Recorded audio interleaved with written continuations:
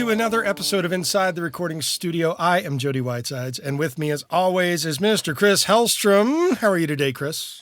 I'm doing very well. I know why you are seemingly so energetic here, because we have a lovely guest with us. Today we have Rich Renken of James Tyler Guitars with us, so we're going to nerd out a little bit on guitars.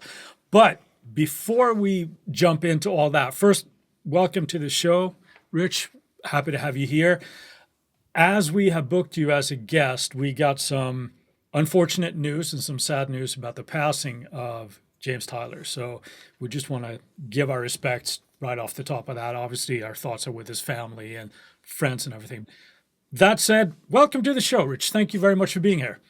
Yeah, it's lovely to be here, like in this hard time, like you're saying, And I will say at the top, just since you mentioned it, for people listening that might not have seen, I put out a video to just say, he went at peace at home with his daughters. All his affairs were in order because he had had a lung transplant 2 years ago. Oh, wow. And he kind of got his affairs in order then. I went over a couple of weeks before he passed to do some business stuff because he was in hospice. And he said, yeah, come over. We'll do some business stuff. And I thought I had a whole list. Yeah, we'll take your mind off of it. And I got there and I was like, you know what? He just wants to hang out. I brought him McDonald's, believe it or not, his favorite fries, and loved to always get a hamburger, no cheese, fries, and a Coke, not diet, a man's Coke, as he would say. And we're sitting there and we did one little business thing. And then I'm showing him the Billie Jean guitar because he hadn't seen it in 40 years. And he said, yeah, that's it. And I got a little history on that we'll talk about later. And then I was showing him, I said, did you see Lukather ripping a solo on Puffy, a whole song live back with Toto in 90s, right? And he said, no. And he pulls up YouTube and we pull it up and he's watching and he's kind of smirking in his way that people who know him knows that means he's just grinning ear to ear, but it's more of a smirk. And I'll share this with you. I didn't share this on our official channels, but since these are more insider listeners, he kind of was smirking and then he goes, cool. It sounds like crap, but he didn't say crap.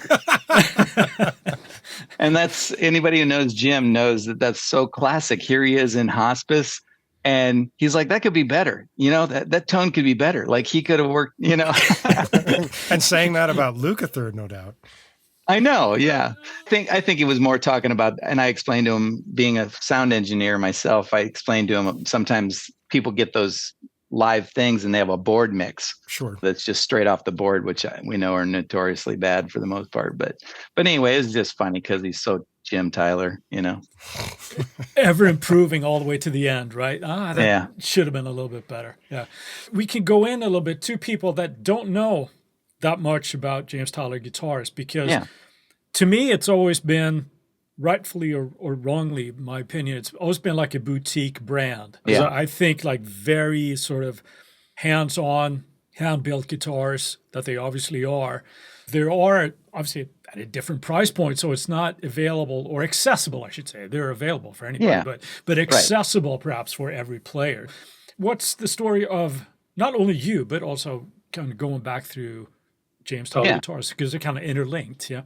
Yeah, I've told the story many times. I'll give more of a quick version of it. And we could do this again, too, by the way, if you guys ever want to do it in 6 months or something. Sure. There'd be more fun stuff to talk about then. So I met Jim in 87 because he advertised in Bab magazine as the place for bass. And it was just Tobias and Factor and Status and another strange brand. And I was like, oh, I'm going to go to this guy who sells bass stuff. And I didn't know who he was. I didn't know him by name at that point. I was just out here fresh from the Midwest going to Grove. And I went in and I was like, oh, cool, Tobias. And there's a Ken Smith. And, oh, that Factor is pretty cool. And then I looked at this bass and I said, ugh, that headstock's terrible. Who made that? And he's like, that's me. So for anybody out there who has qualms about the headstock, as general manager of this place now, I fully understand.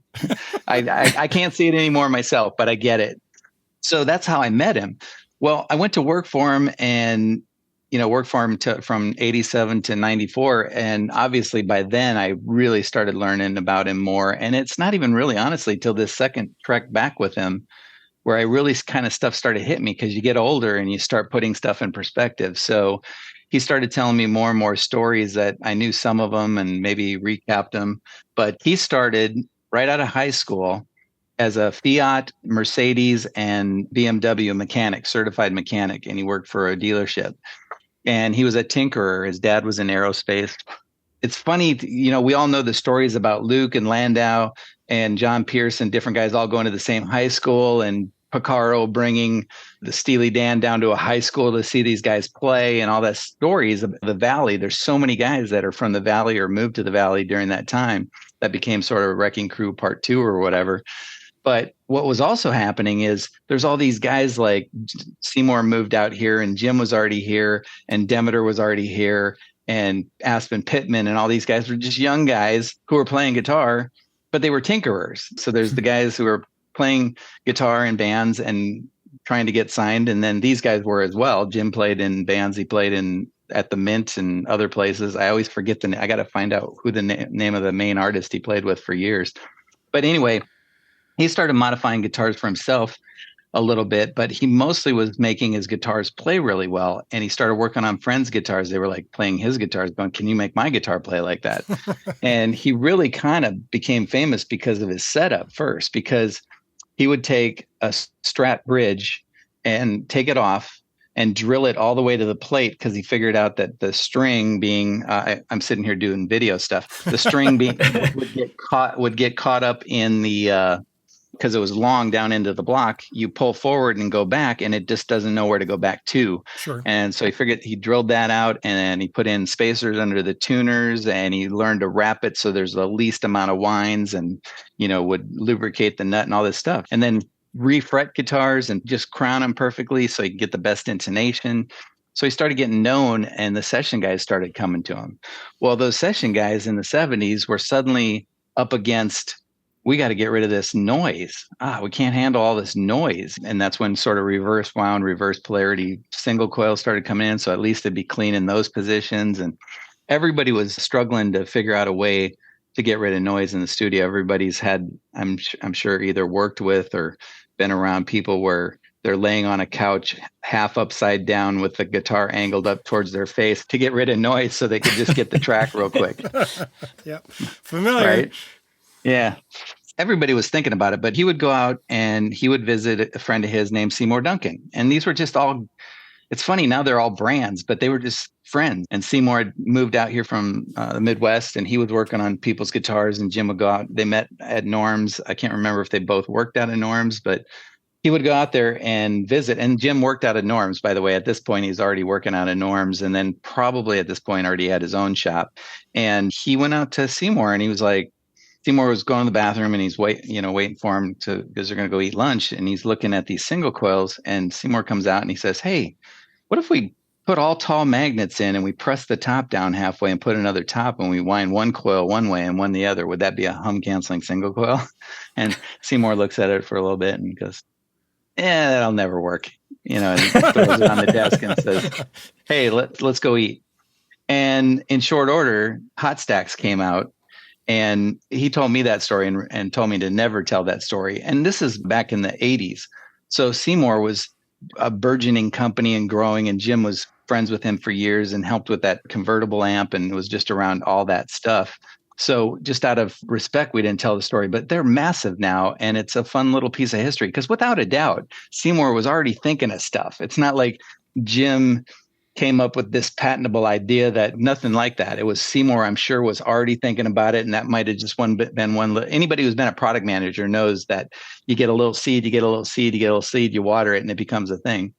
So boom, that had Hot Stacks and then Classic Stacks, which gave them the ability to do series and parallel. And we all know parallel because that's the sound that you get on a Strat in position 2 and 4. Well, now you could get it with just one pickup. So you have 2 coils and 1 pickup. So you could do series and parallel. And then Demeter had a noise canceling circuit that Jim didn't like the noise canceling part, but he liked what the preamp mid boost was doing to make it a buffered signal. So you have your low and high back, and it eliminates your cable. And then he liked what the mid boost did, and he had Demeter change it just slightly to his spec over the years. But it's basically what Demeter was doing. And he put all of that into a guitar. And then he was like, gosh, how do I go then from some crazy all three pickups on, maybe with the bridge pickup in parallel, which is the weaker sound, to getting rid of everything and turning on the bridge pickups to do a solo full blast. He called a friend of his named Dan Armstrong, who was just another friend who was living with Aspen Pittman. And now all these names, Groove Tubes and Ampeg, the Dan Armstrong stuff, it's just crazy, right? So all of that happened, and Dan came over.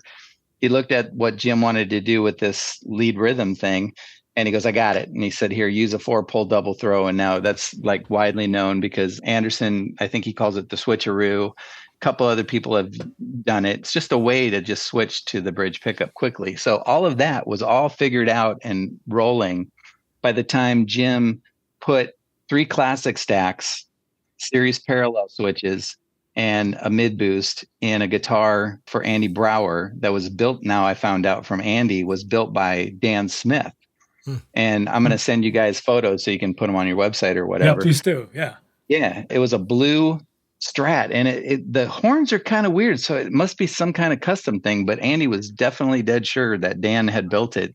And then Jim did his modifications to it. And that's the guitar that went on Billie Jean on Michael Jackson's Thriller. And that was, we know, came out in 82. That means when it was getting recorded, Jim was 30 years old. Wow. That's crazy. Yeah. Right? It's mind-boggling. I mean, such a fertile ground for innovation with all of those guys around and just kind of feeding off each other, I'm sure. And then the input from session guys, well, I need this, I need that. And then it just becomes what it is today, I suppose. And I'm sure the innovation is still going. You know? I'm without a doubt. Think about something in terms of what you have just said, because you said push-pull and mid-boost. When I was attending MI, this particular guitar did not look like this. It was a red Strat Japacaster. But this switch right here is a push-pull volume knob that has a mid-boost.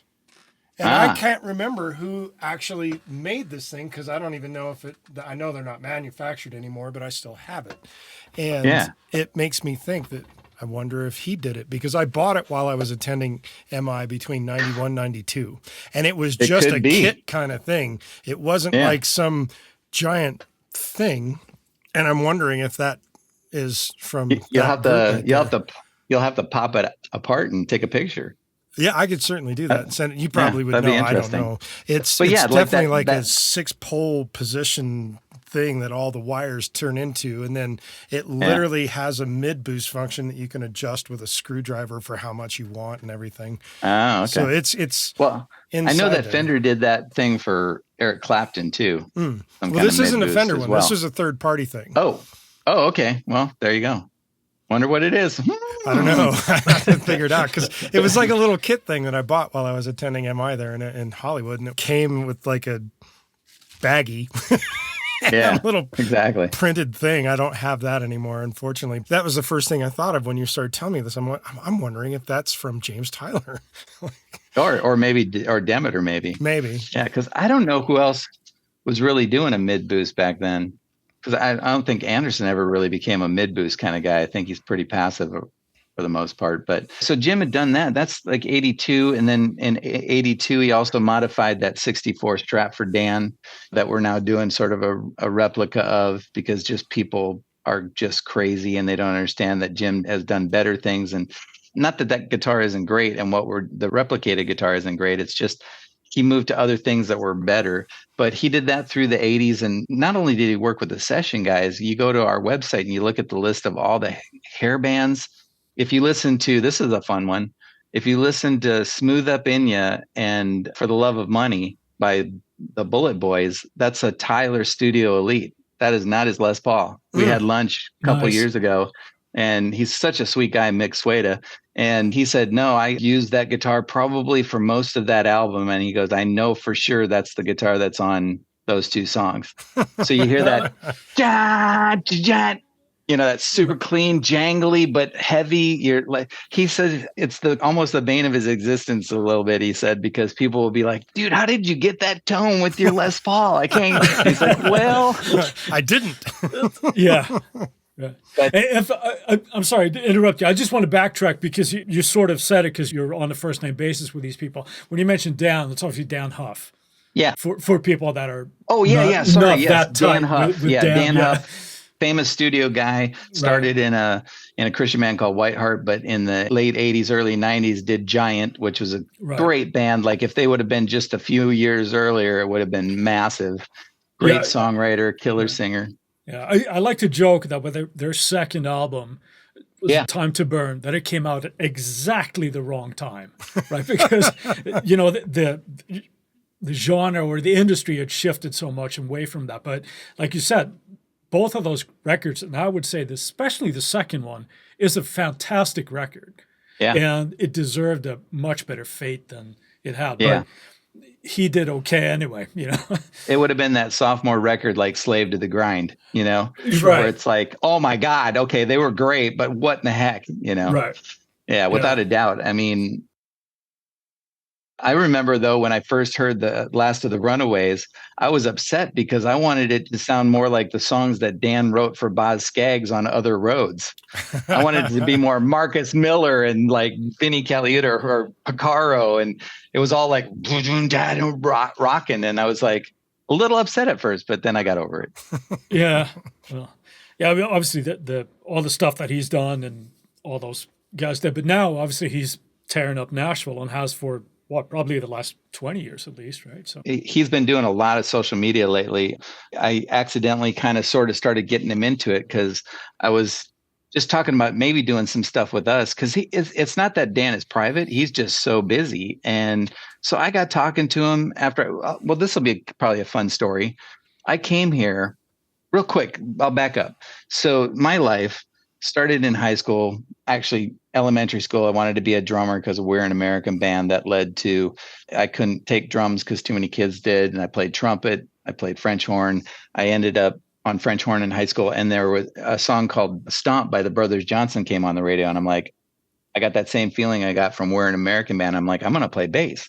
And there was a bass in the band room. So I learned 2 songs. Another one, Bites the Dust, just the riff, really. Sure. And You Dropped a Bomb on Me. And because I went to college owning a bass, I ended up in a band. They were like, oh, you own a bass? Okay, you're in the band. Just like that. Yeah. Kind of like the lead singer with their sound system, right? Yeah. Right. You got a PA, you're in. Exactly. Right. You mentioned Grove School of Music, right? So I was in that band, and then we all decided we're going to move to California, and we were going to move together, but we ended up trickling out. And my keyboard player went to Grove, and he was loving it. My best friend from that band who came out ended up being Dave Jordan's engineer and recorded Alice in Chains, Dirt, and Offspring and Social Distortion. He went to, it was called LA Recording Workshop. Now it's LA Recording School. So they were already out here going to school and doing stuff. So I was like newly married, had a 6-month-old, and me and my wife had a burgeoning career in delivering pizzas. So we were like, hey, let's load everything we have into our Plymouth Horizon from the seats back and put our daughter on the front wheel well. No car seat. Like we didn't have car seats back then. Like we didn't wear seat belts. She rode on the floor. Thank God we're all here still. But so we came out. I went to Grove, and that's when I met Jim. So that's that part of the story. And then I went to work for him for 7 years. And when I first started working for him, he had just gotten sick of the retail business, was having problems with this landlord because he had to move from Lancashire to Vineland. And he said, you know what? I'm going full-time building. And he said, are you in? And I'm like, I'm young. I don't know. I just I love having that job instead of, I almost went LAPD because I was working as an armed security guard and I was in the National Guard. So I thought, let me go get paid for this. So it was him and me in his garage, and I'll send you those pictures. How old are you at this time? You and James both? Well, I'm 22, and then Jim was born in 51. So he would have been 36. Okay. You're young guys. Yeah. Yeah, he was like my son's age now. My son works for me here at the shop. That's a funny story. Like he was doing part-time, and then we were looking for a full-time person, and everybody's like, why don't you just hire Seth? And I'm like, nepotism? And they're like, yeah, but we like him better than we like you. So Oh, yeah. So we worked in his garage, and then for 8 months, I moved back to the Midwest with this band, and we thought we were going to go there and build a following and do that whole old school thing from the 80s. And moved back out in short order, ended up working for him again. But while I was in South Dakota, we did get to be Toto for 3 shows with Bobby Kimball, who was doing solo stuff. And when I came back here and I was working for Jim on Sepulveda, Bobby actually called me to do Weekend Warrior gigs because he liked my playing, apparently. And Jim said no. I don't second guess, though. At my age, I look back and I go, everything has happened the way it needed to, because I couldn't be happier. So I worked for him till 94, couldn't deal with it anymore. Everybody who knows him knows he was so hard to work with. And I actually left on terrible terms. I quit. I was mad and went to work for Fernandez with Rob Timmons, who's now known for Arcane and all that stuff, and pickups. I got to remember that not everybody listening knows everybody by first name. I got to figure out that that's right around the time I think you and I met. Exactly. Well, did we meet officially at the Troubadour at a Mustard Seeds gig? Yes, it was at a Mustard Seeds gig. Yes. Yeah. And I knew that you were working on guitars. Yeah. And I was having an issue with a custom built, actually, this custom built guitar right here. That looks familiar. Yeah. Yeah, that's the one. So, and then you were telling me how I could go about fixing the issue with the bridge, and I came back at you with, well, what if I drill a really tiny hole and stick a needle with some super glue down in there? And you came back and said, do you want to work with us at the shop? Oh, that's funny. Yeah. And I was always doing that. Yeah. And I'm like, that's I don't want to be a guitar builder, but yes. So that's that. I do remember that. Yeah. That's how I ended up getting Paul Slagle during that time. He went on to do his own brand called Pittman Guitars, and he passed away sadly a few years ago too. But he worked front of house for Tower Power, and he came in with the bass player friend of his who I knew, and I can't remember who that friend was. He comes in and he's like what you just said. He's like drilling and he's doing all this stuff, and I'm like, "Do you need a job?" You know. And he was, the reason I bring him up is he was really instrumental in the evolution of the schmear, the crazy finishes we do. Okay. So while I was working for Jim in '91, not tangent again, but that's where the vomit started, psychedelic vomit. Jim was doing a turquoise metallic guitar, and I was sanding it down because something landed in it, and I was like half done, and it was turquoise and silver and wood. It's the famous one that Landau played on Squib Knock It with James Taylor. I said, "Hey, Jim, this looks like something Mike would like." And he's like, well, he's coming in tomorrow. Leave it on your bench. And Mike comes in. He's like, "Oh, what is this?" And then they added the other colors, and that became Psychedelic Vomit. And then when he was in the band Burning Water, he was playing that guitar with a different neck and pickups. Like Mike would come in and change necks and pickups and just try stuff every other week. And said, "Hey, Jim, can we do some crazy finish like this? But it looked something that looks more like Burning Water." And he did a first version that's out there. People have seen it. And then it was after I left, it was really him. And he said Paul Slagle had a lot to do with figuring out, it's not rocket science and we don't share it, but it's, the way to get it to have that look. And so we have layers. That is the Psychedelic Vomit. And then there's schmears, and then there's combinations, like a Burning Water is part layers and part schmear. And we've just developed it into an art form to where, like, good friends of mine at big companies have said, you know what you guys do well that we just never going to be able to do is those schmears. But real quick, my little tangent was I went to Fernandez. I worked my way up to being the controller, the money guy, because Jim had me helping him with his books, and I was good with numbers anyway, and had me paying the bills. So when our accounts payable lady left, I moved in and ended up being accounts payable, receivable, payroll, everything. And they couldn't afford me anymore. They let me go. I started engineering records with a buddy of mine, Bobby Hartree, who I met in Jim's garage. And that led to hiring a guy to play on a record, who then came and played a live gig with me and saw me with a bass and a bunch of effects and an actual rack compressor on my pedal board and an SVT. And he's like, "Do you need a job?" And I'm like, "No." And there's a guy named Daryl Smith who worked at Line 6, and he said, "Well, we're hiring a product manager." And I didn't know a lot about Line 6. I had a pod, of course, like everybody, and an ADAT, which was their company before it was Line 6, was Fast Forward Designs. So I went over, and the energy in the building and the culture and the vibe was so cool. I was like, I want to work here if I can get in here. I was like, dude, I love the place. And they said, "Well, give us a report on what you would do with a bass amp." So I gave him the report, and he comes back with, "Everybody thinks you'd be perfect for the product, but do you have any financial experience?" Oh my God. Seriously? Yes, I do. Why, yes, I do. Right? Wow. So I went there for 7 years, and we met at Mustard Seeds, which I'm pretty sure, like you said, was when I was at Tyler even.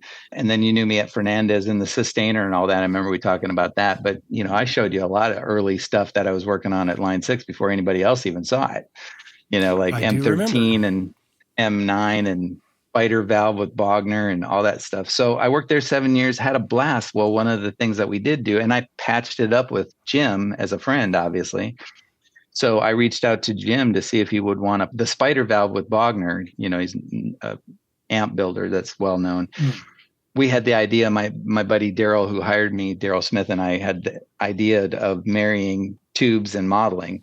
And the two founders were against it. One said he would quit if we tried to put tubes in an amp. His name was Michel Doidic, the French guy. And the other was Marcus Ryle. He wasn't so against it as he just thought it was religion. And this one day we have this like couple-hour talk about computer power and where we're headed. And maybe one day, we were literally talking about, in the late 2000s, we were talking about what's happening today with neural DSP and fractal and even Helix and stuff. Is having the power to be so close that it's not even worth talking about, especially for live or recording or whatever. So I did the pies. And at this point, we did Spider 2 with all the artist presets, which I improved the sound of Spider with a guy named Jeff Slingloff, who was just so caring and giving. The guy who basically made pods and flex tones sound the way they did. I go to his office to improve the sound of Spider 2 because they weren't going to remodel, but I wanted it to sound better, the Spider 3. And they said, work with Jeff. If you can make it better, great. And I go to his office, and not only does he not have an attitude like, hey, I'm the guy who created all the sounds in Pod 1 and Pod 2, and then at that point XT and whatnot.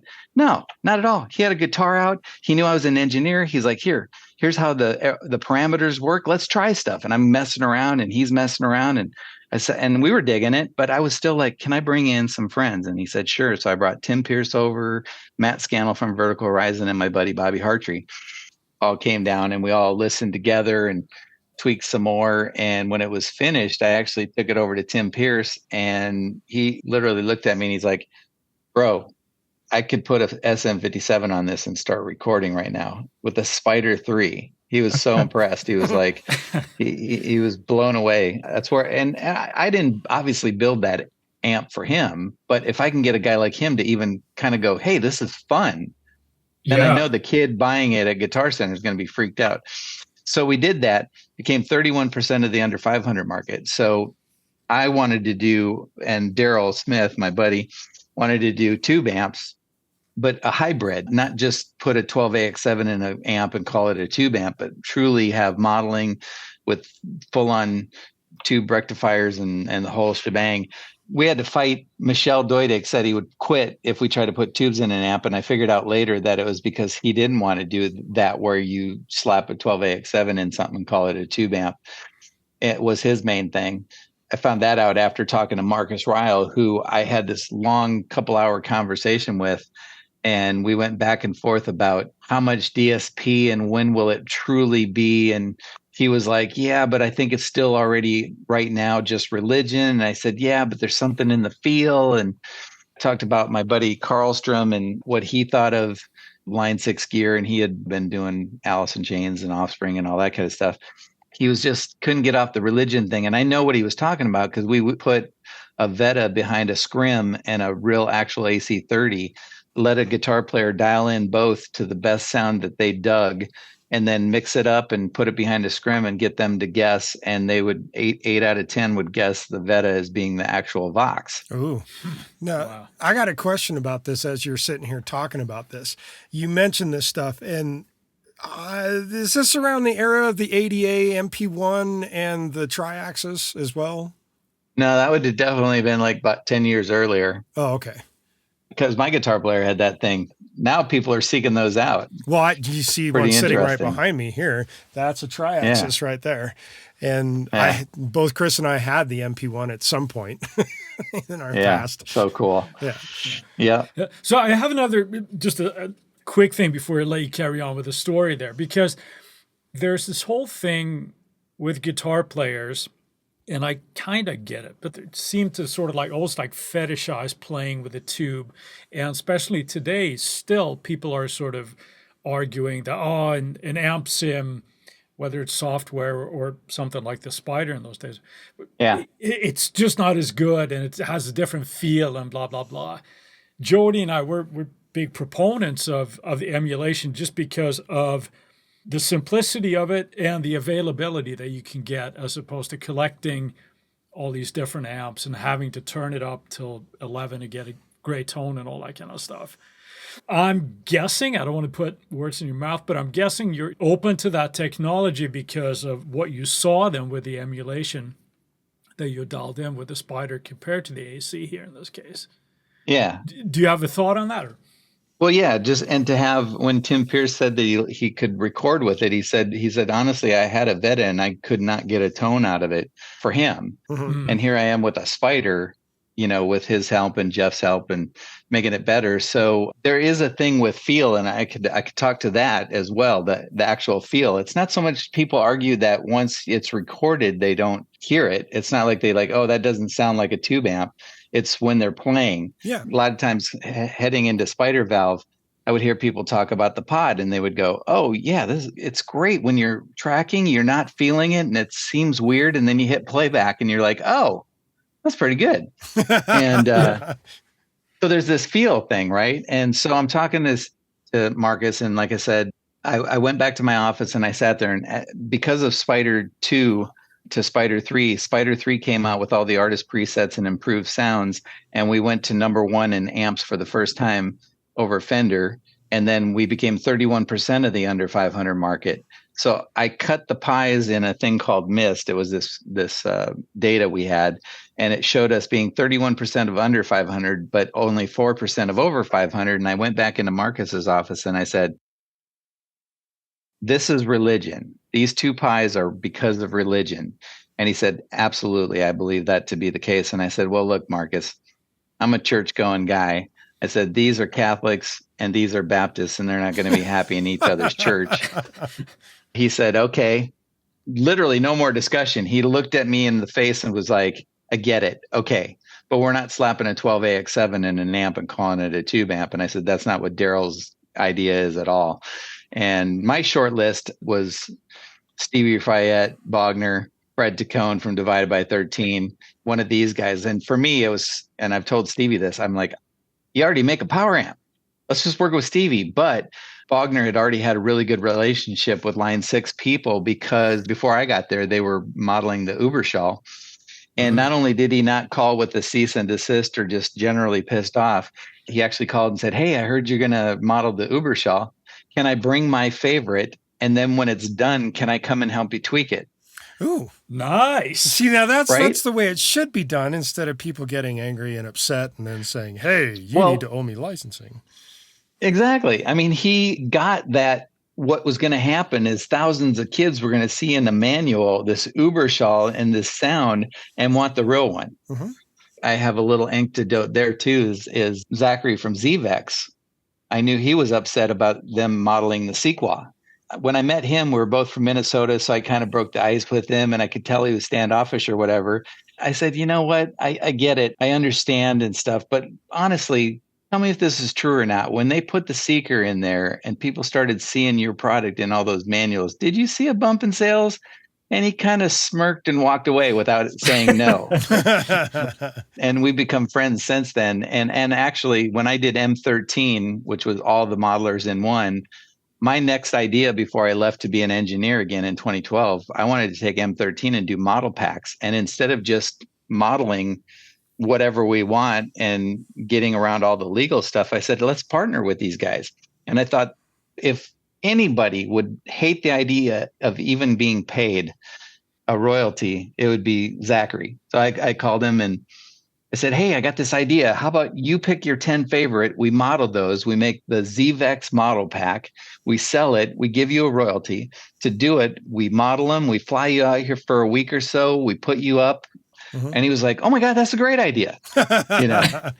So did the same thing happen with Matchless as well? Because I remember going down to their offices just off the 405 at some point and talking to them about some things. And Oh boy, they had some thoughts. Yeah. Oh, yeah. No, for sure. I'm sure that they, a lot of people were upset, but some people understood that it moves sales. Mm-hmm. The dual rectifier was a thing already, like in studios and stuff. My buddy Carlstrom used it for like Billy Idol session and stuff. But when Line 6 did that tread plate thing, all of a sudden it's like, what's tread plate? They saw a marked increase in sales. I don't know if they would ever attribute to us, but we were watching it happen. Or like just the floorboards, XTs and the X3 and the pod floor stuff. All of a sudden, Hot Rod Deluxe sales went up at the same exact rate because people would buy a floor unit and a Hot Rod Deluxe and plug into it. So it was a good combination. So anyway, back to how this leads back to Tyler is when the Bogner amp, we got done with that. We put it out and there was two products that were still $499. So technically under 500, we became 51% of the under 500 market. Oof. Wow. Yeah. Crazy numbers.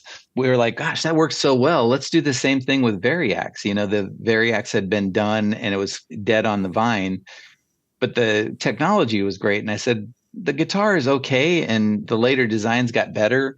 I just said, look, it had no pickups. And no matter how much but that shows people that it's different and you don't need pickups. And it's like, yeah, but it's a hot chick with no eyebrows.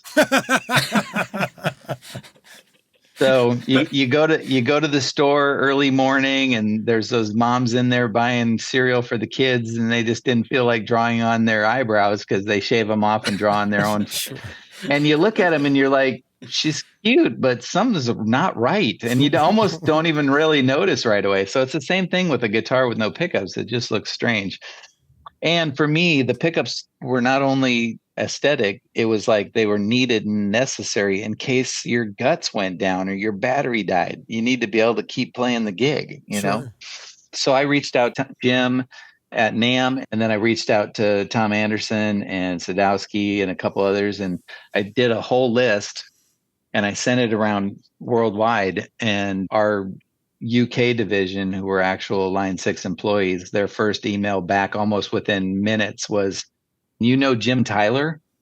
I'm like, I wrote back, I worked for him. And they were like, oh my God.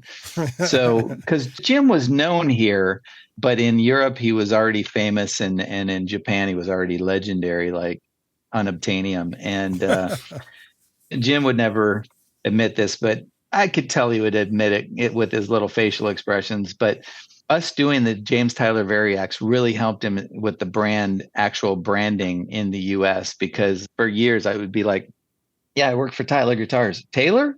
No, Tyler. They're like custom made boutique guitars. Huh. Kind of like Anderson. Oh, yeah. That doesn't happen anymore. So, and again, it's because Jim wasn't a self-promoter, let alone promoter of a brand. He just let word of mouth drive it. So anyway, so that was all great. And that's kind of the end of that story. But you mentioned something there, and I had the pleasure to come and see the factory earlier this week. Falsely, obviously, from me, it was the impression that you're seeing sort of you, as in James Tyler Guitars, have experienced a resurgence in sales. And you said, no, we never went away. It was always the same thing. But how much of that is just perception, right? For somebody like me, it's like you don't think or you don't see the brand. It's not shoved in your face all the time. Yeah. But now there's a little bit more, you hear it. And I think also probably why it comes on my radar a little bit more is because we tend to see like a resurgence in what I like to call it the session tones, right, from like the 80s and stuff. Yeah.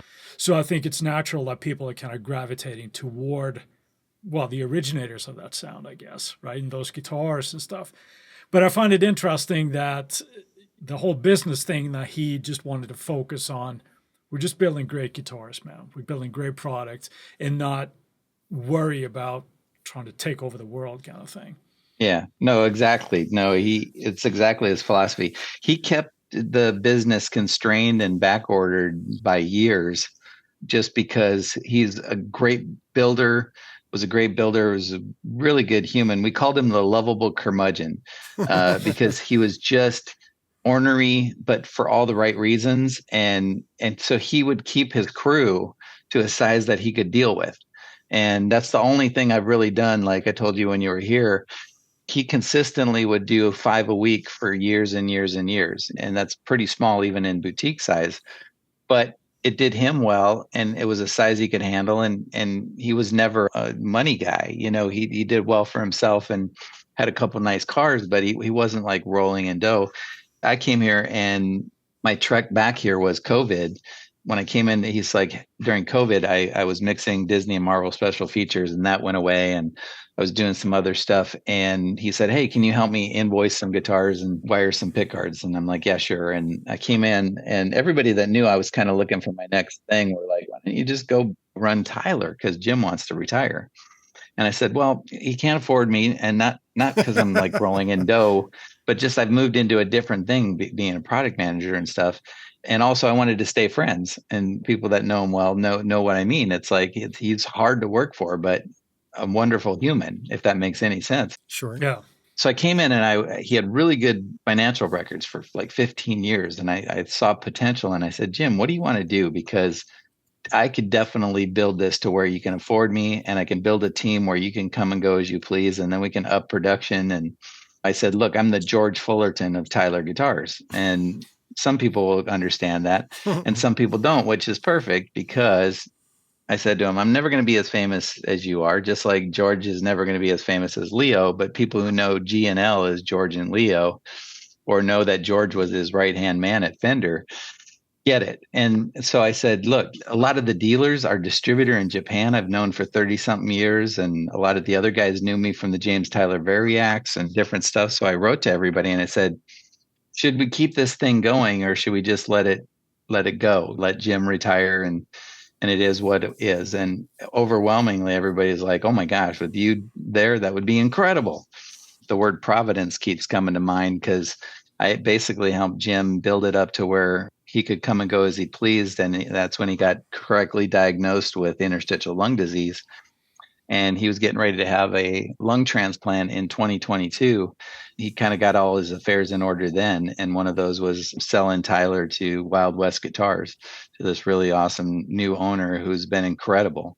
I even told Jim, I said, "Look, he made you an offer you can't refuse. You got to do it," especially not knowing how a lung transplant was going to go. Sure. And he said, "What about you?" And I said, "Well, I'll hang in there as long as it's cool." And he goes, "Well, the Ian says he doesn't want to change anything." And I said, "Jim, everybody says that. Stuff changes." Yeah. And in this case, just on the business side, and it changed for the better. On the personal side, it's a net, because the new owner is incredibly cool guy, loves guitars, knows a ton of people. He owns Wild West Guitars, knows a ton of people in the industry, and is just a real fan of our industry, just like Jim. So that's great. But on the business side, he's like, "Hey, let's go for it. Let's do this thing." And he let me grow it and build the team and do the thing. So it's been amazing.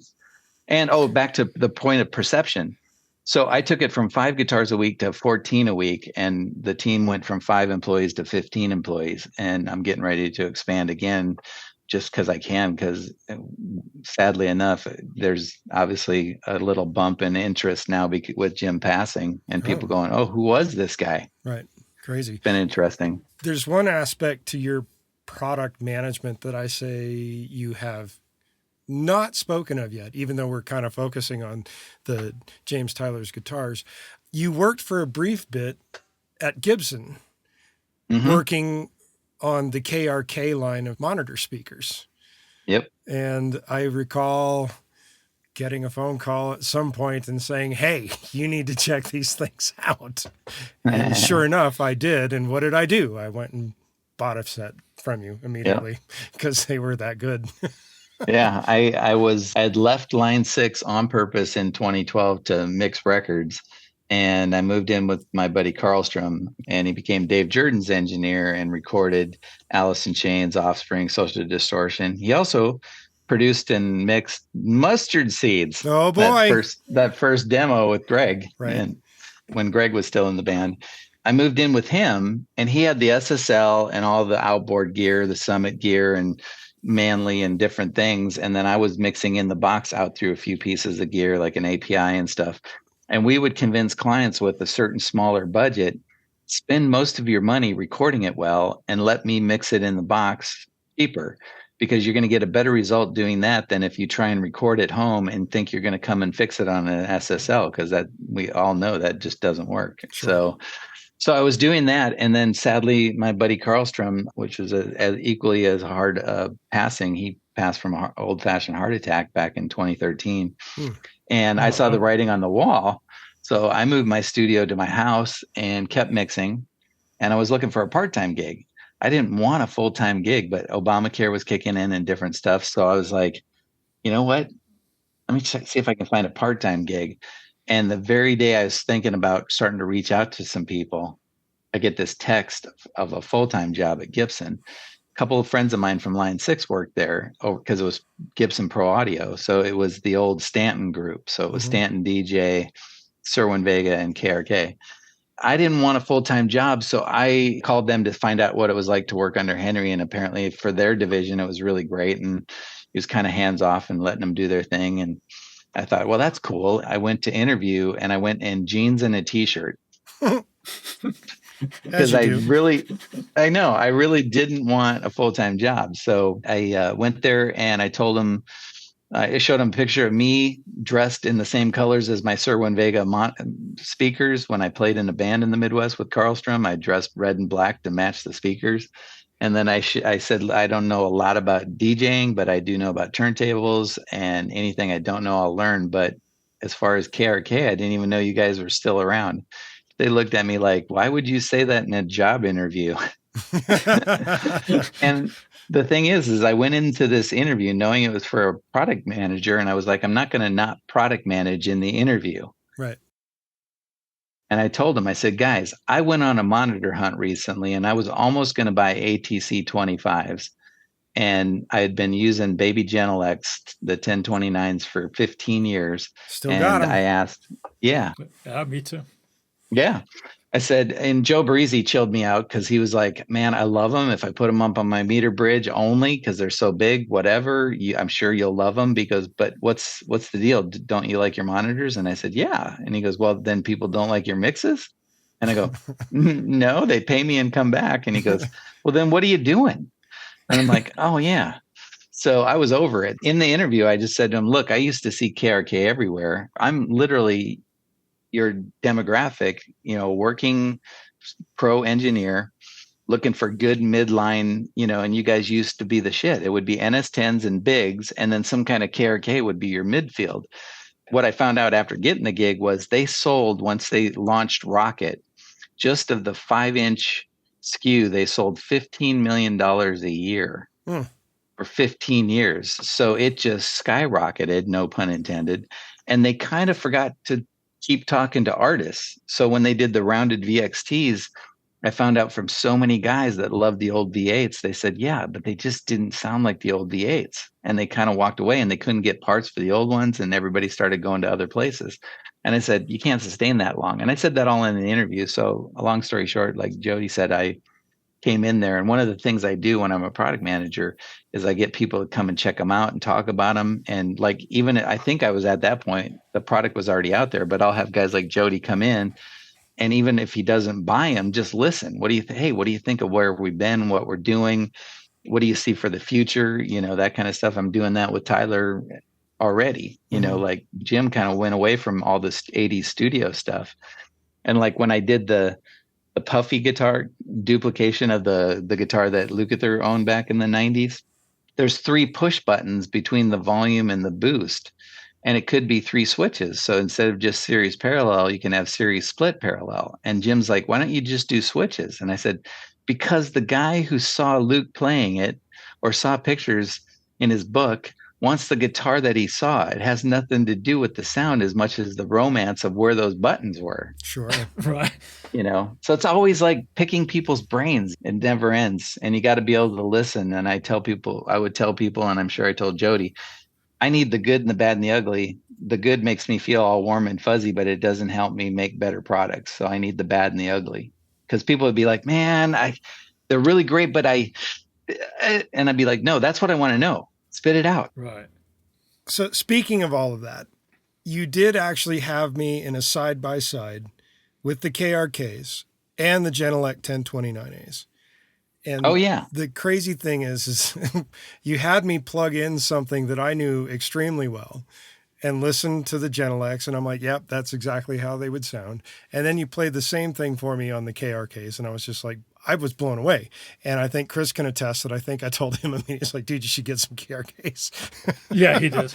With the new versions that you had put out a few years back.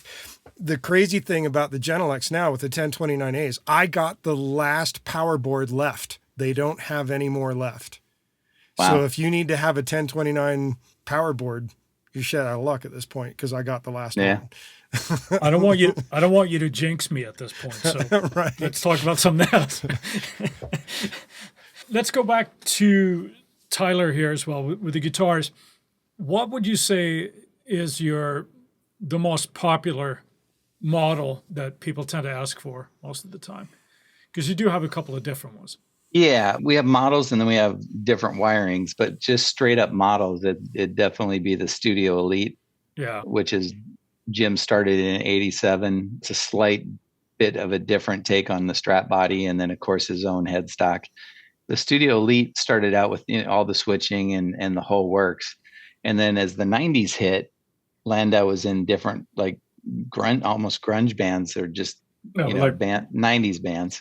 Right. Raging Honkies and all that kind of stuff, right? Yeah. Yeah. And then, of course, Burning Water, which became the namesake of one of our finishes. Right. I was talking to Brian over at the Guitar Sanctuary about this.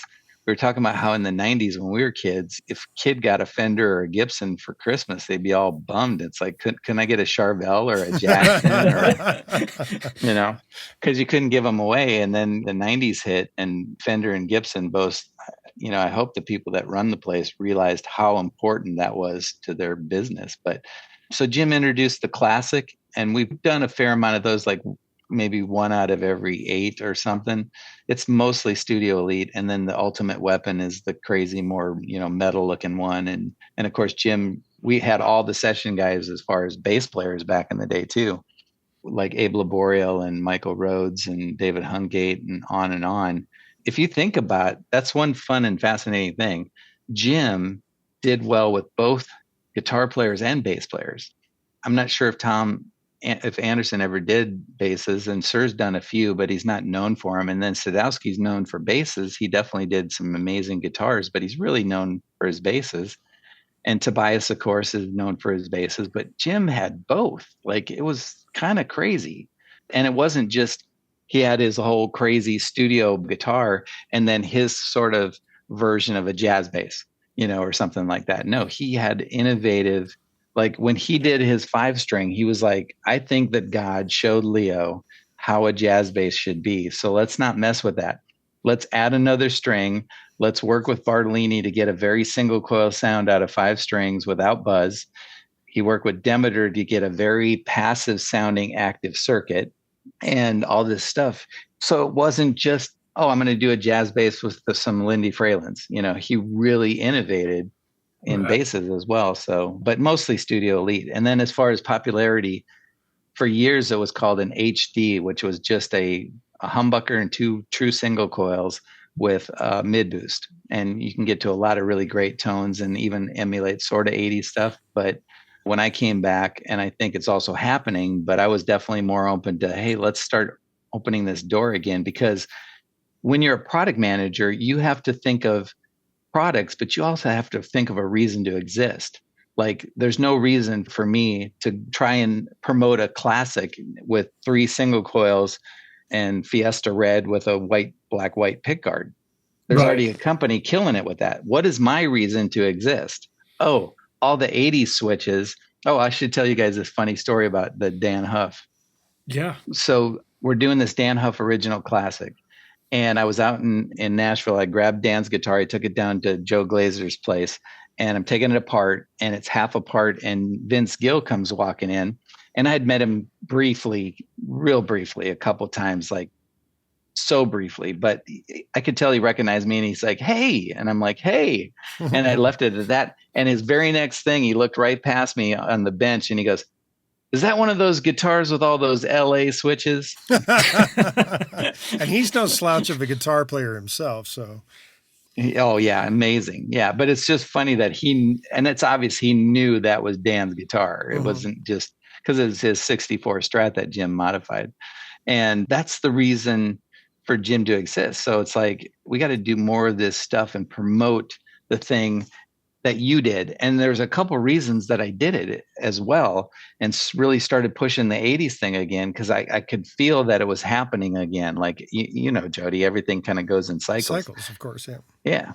So two guys who are playing Tyler's currently, one is Jan Ozerven, who plays for Charlie Puth. And Charlie's an amazing musician. So when he tours, he doesn't have his band sort of in the back behind a scrim or behind black light. He's got them out front because he loves to showcase his band and stuff. So Jan's this really great player. Well, he calls me up because Dave Phillips over at LA Sound Design gave him my number and he's like, "Hey, Rich, Charlie was asking me about 80s tones and, like Billie Jean and these, what is that?" And I'm like, "I own Tyler's. I know it has something to do with Tyler and I can't get that tone." I said, "Dude, come over." And we had done up the yellow classic from the Giant era Tyler. And so I showed him, "Look, here's two bridge hot stacks in series with no preamp. Sounds great. Nice position 4. I said, "Here's what the preamp does. Boom, gives you the lows and highs back, the sparkly highs especially, and the fullness." And I said, "And here's parallel." And I hit that, and he was just like, "What is going on here?" And then another young kid, I was joking with Brian Meter, like at my age, I call anybody like under 40 a young kid. But this kid, his name is Omar Fedi, and you can look him up. It's Omerfedi, I believe. He called me up because of Mason. I always forget how to pronounce his last name. The guy that does all the really killer videos with Huff and all the session guys and Leland Sklar and whatnot. He hooked me up with Omar, and Omar said, "Hey, I think it's about time I get one of these Dan Huff guitars." Well, that can mean a lot of stuff or he might just think, a Tyler. So he comes over. He's 23. He's got red hair, super humble. But I looked him up and he's got like these songs that he produced and played on that have like 750 and probably now 1 billion views each, like with Bieber and Lil Nas X and Kid Cudi and stuff like that. So I'm thinking, oh gosh, we're so small, and I hope he doesn't think that we're a place where he can get 5, 6 guitars and support for his tour and whatever. But no, he didn't even remotely ask. I gave him artist cost, but he's playing that same guitar and I did that same routine. And when I hit parallel, he was already doing a funky thing and he just stopped and he looks at me, he goes, "Do you know how many plugins it takes me to sort of get to that? And you just pushed a button?" I check in with him every once in a while. He's had the guitar for a couple of years and he said it's the only guitar he brings to sessions because he can get so many sounds. So between those two and knowing the 80s were coming back, I was like, "Jim, we have a reason to exist in the worlds of Paul Reed Smith and Les Pauls and Fenders, is your switching thing and all that stuff that you did. People could do it already, but we already know how to do it." And then, of course, the crazy finishes. Mm-hmm. Yeah. Oh, it's awesome. Awesome. I mean, it's one of those guitars, I think I told you, but the first time I got to play one or hold one was at a NAMM show, and could have been late 90s, maybe early 2000s, but I just remember the feel of it was just like, oh my God, this guitar just wants to get played. So for me, it was, you just feel that quality, and it sounds like I'm just trying to be a fanboy here, but No, I get it. So. No, a lot of that came from just like innovating on the staying in tune and the sounds wise. I remember the whole rolled edges of the fingerboard. Everybody Right. breaks the edge a little bit, and we did, and maybe a little more than most. But Mike Landau had this 59 Strat that the neck it was like home, like you're talking about, picking up a Tyler. So there's so many necks and so many feels out there, and obviously everybody's a little bit different, but there's sort of a universal thing. There's certain guitars everybody touches and just goes, "Wow, this is magical." And I was like looking at it going, look how worn out the edges of the fingerboard are. They're just worn they almost look like reverse hammocks. That's how I describe it when I have somebody trained to do what we do with the edges. And I said to Jim, I said, "You see that?" And he's like, "Yeah, we should try and maybe roll them a little more." And I heard we should make it just like Mike's. So he left and I did it to this neck. And Jim came in the next day and he's like, dude, you ruined this neck. And I'm like, what? He goes, I didn't want you to go that far. And he's like, well, crap. Okay, you know what? I'm gonna paint this with lacquer. We're gonna paint this body. We're gonna beat it up. I'm gonna burn a cigarette down in it. We're gonna put in like Fralins, and I think at that point we were using a JB Trembucker. And it was this black classic, and we can take that to NAMM and we won't care if anybody rams into it because we're going to beat it up. Well, what happened is it was the shop guitar and we took it to NAMM, and everybody who touched it to just check out pickups or something were like, this neck is amazing, and Jim was like, finally like, okay, fine. And people started asking for extra rolled edges because Jim was freaked out that if we rolled the edges that hard and then just shipped them out to dealers would freak out. Sure. But it kind of slowly was rolled, extra rolled edges, extra, and then it just became what we do. Right. So, but he was always like, how does the guitar feel? Because he was a real player too. And I now that he's gone, I feel very comfortable in embarrassing him in heaven, I guess, with some recordings that we did when we had sort of a band. It was me and a couple of friends and him, and he named the band Studebaker, Pizza, and Mike. So I got these songs he wrote, and he's ripping solos on them, and it's not perfect. And that's why I would never probably put him out there with him around, because he's just so, it's not perfect. It's fine, Jim. You got feel and heart, and you're ripping. Like, I mean, it's really, really good, but it's not Jim Tyler perfect. So, but he was a player, so he knew what he wanted to feel. And I think that comes down a lot to when a builder is prototyping stuff as well, because it's almost like you're prototyping that neck when you went and did that. And yeah. I actually have a prototype guitar, this one right here. It's the same story. That's been on more records than I have. And people play it, and then they're like, well, damn it, I want one. Then they get one, and it's not the same. Yeah. It hasn't been played the same amount. It hasn't been done the same way to the exact same specs that I had the guitar builder do it. It's crazy how that happens, but I understand it. Yeah. Well, Jim would also really listen to players. He was a player, but he would also very much listen and try to figure out.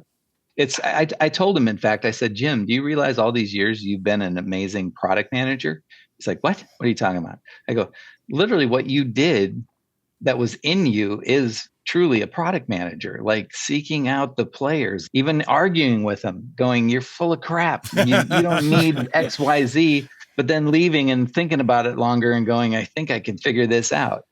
There's a guy named John O that's a big fan of Tyler, and he's all over the boards and plays at his church and other places. Really good dude. And he used to have an attitude. He'd have to tell the full story. It's such a great story. We should get him in here and have him tell it. But he created the wino schmear by accident because he was like a big Tyler.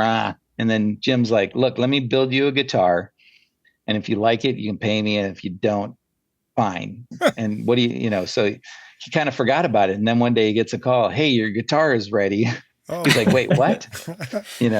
So he got the guitar and he loved it. But Jim was like, I'm going to win this guy over, instead of like, screw it. Who cares about one guy on the boards? Sure. He would always take that stuff to heart and go, gosh, we really try hard to never ship a guitar over 8 pounds unless it has like everything, a Floyd, dome knobs, locking tuners, our JTOs that have canceling. Then we're going to be a pound, maybe an ounce or two over. But he read one too many times about heavy guitars, and he's just like refuses. Stuff like that. That's a lot of fun stories there. All right, Chris, kick it off with the 3 questions that we tend to ask everybody that we interview here. We will. And like inside the actor studio? Sort of, yeah. Exactly. Except it's inside the recording studio.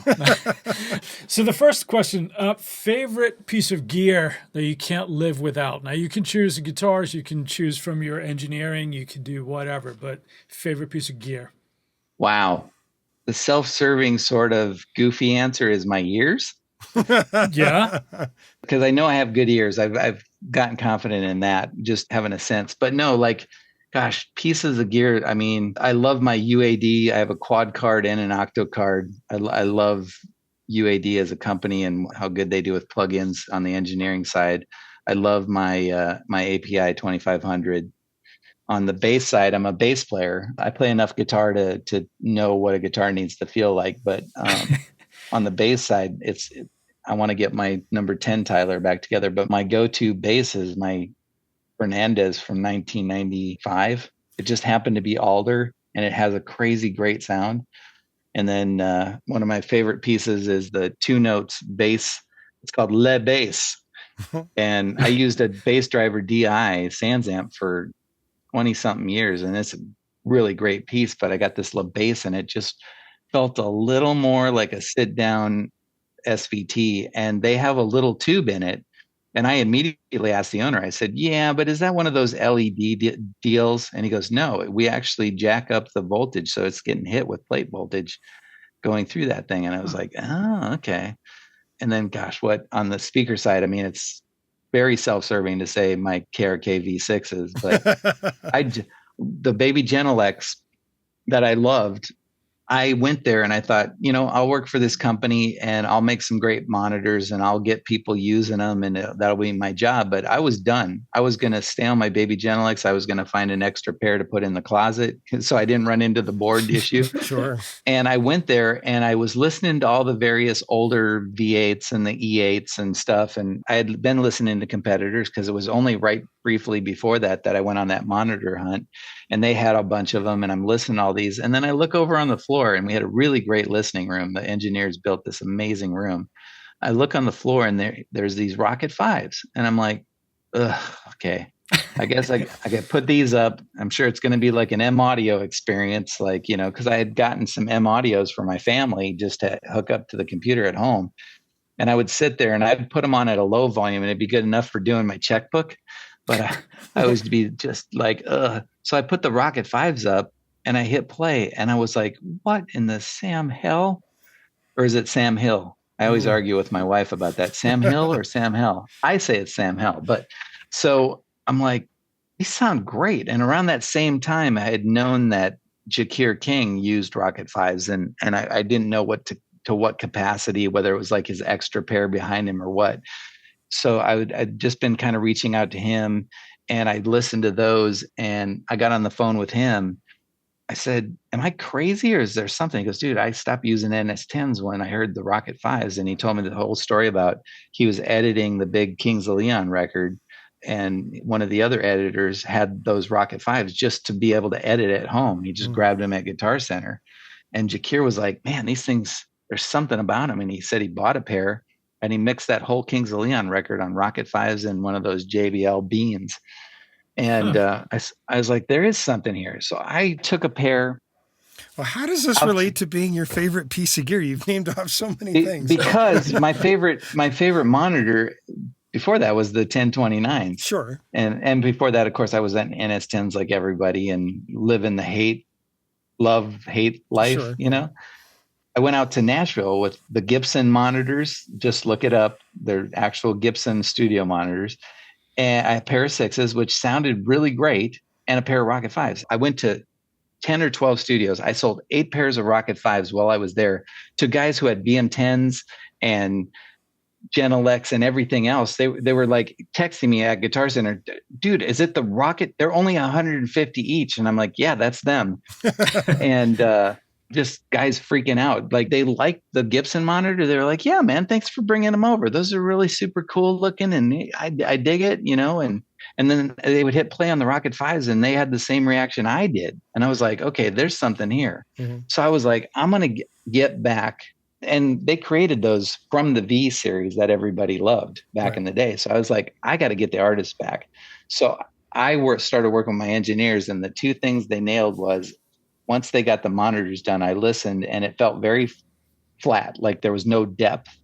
And they adjusted the crossover and that just blew the depth wide open to where like Michael Jackson reverb just goes off into oblivion. When they first finished, it was dead flat. And it sounded like, dead flat. And it was 1K to the forehead. And I said, yeah, I get that it's dead flat. And they said, look, we got an idea, but you can't know. You just got to listen. And I said, sure. And it was amazing. And all they did was a bass tilt. So 2 dB bass tilt from the 20 hertz to 20K. So all of that to say, I'm not just a fan because I made them. I'm a fan because I took them home and I hooked the V6s, my beta units, and started mixing a song. And I was like, oh my God. One, they talked to me like NS10s, but two, I felt like I was in the room listening to what was recorded rather than listening to it through a filter I was then trying to adjust for. So yeah, so that's the gear.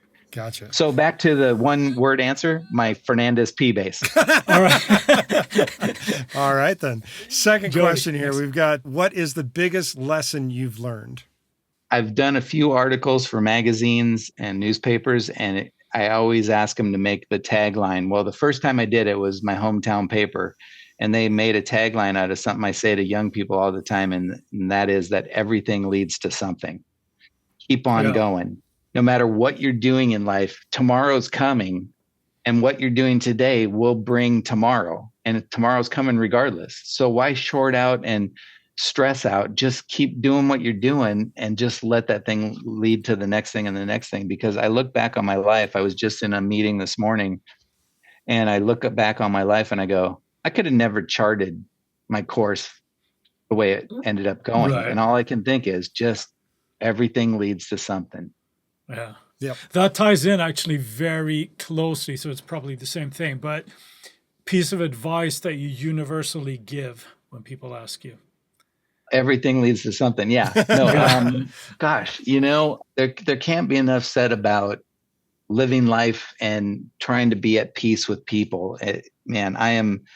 Everybody who knows me, a lot of people would describe me as just a super sweet, nice guy. But if you talk to my family, I can be a dick, and I got to fight it. You know what I mean? And it's worth fighting, and it's worth figuring out how you can serve others and not do things for yourself, but do things for the right reasons, and realize that maybe doing it the right way might take longer. Like as a good, for instance, Jim built this whole business with no partners and no loans and no debt.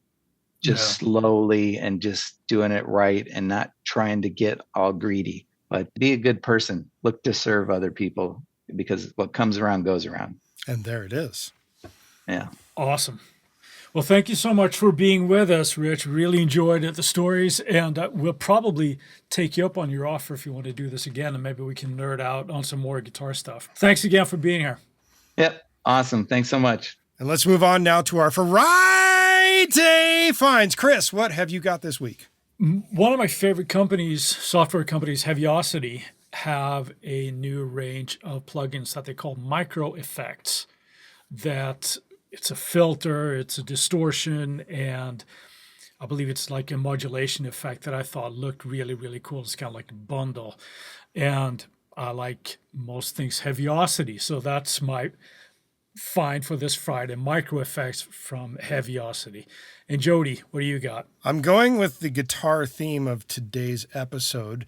And that guitar theme that I'm going with is a tuner, because as guitar players, you need to be in tune. And there is a thing now made by Peterson called the Strobo Clip HDC, which is kind of like having a strobe tuner that you can attach to the neck of your guitar and be in perfect tune at all times, provided it's set up properly, like something you'd get from James Tyler.